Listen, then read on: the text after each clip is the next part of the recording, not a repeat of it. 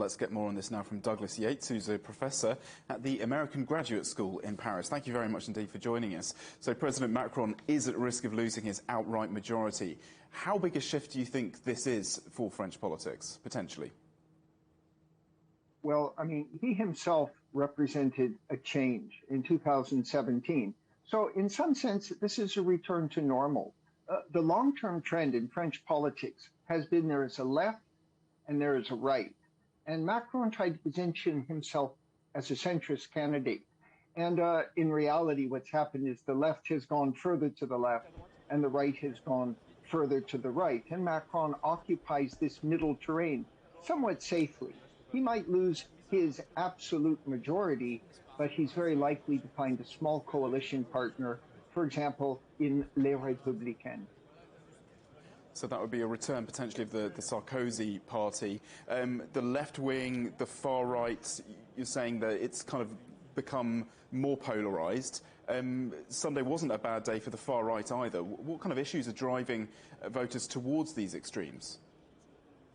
Well, we've been able to see on the far right that the traditional issues of anti-immigration xenophobia, which were heralded by Eric Zemmour, didn't play out well enough for him to get into a single second round. He himself failed to get into the second round. Whereas the poor, the people who are feeling really the pinch of this hyperinflation, have a fear that their buying power is declining, that the public services are not serving them. And on the extreme right, inflation is the big issue. On the extreme left, they're absolutely in opposition to Emmanuel Macron's policy agenda. That is, you name any policy Macron wants to accomplish, Mélenchon and the left are against him. So there's not really a center-left anymore. The Socialist Party has joined Mélenchon on a hard-left opposition, and there's not really much of a center-right apart from the Republicans. So the only party that would join Macron in his policy agenda would be the traditional Gaullist right. And many of them have at any rate migrated to Macron's big center. And let's talk about turnout for these parliamentary elections. We know that less than half of the electorate actually voted. What's behind this lukewarm engagement, do you think?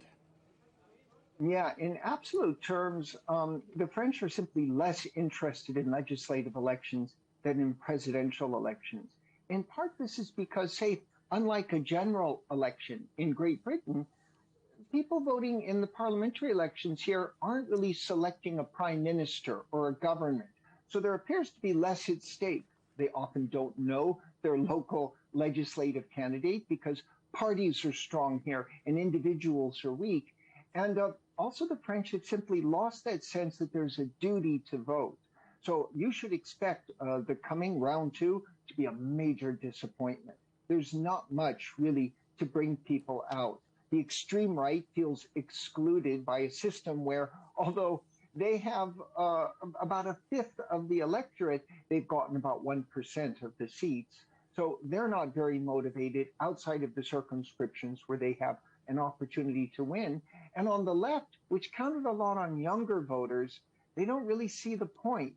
And so Macron himself is, I think, counting on this inertia. Apathy plays into the hands, low voter turnout plays into the hands of the presidential majority. Professor Douglas Yates, great to get your thoughts. Thank you so much.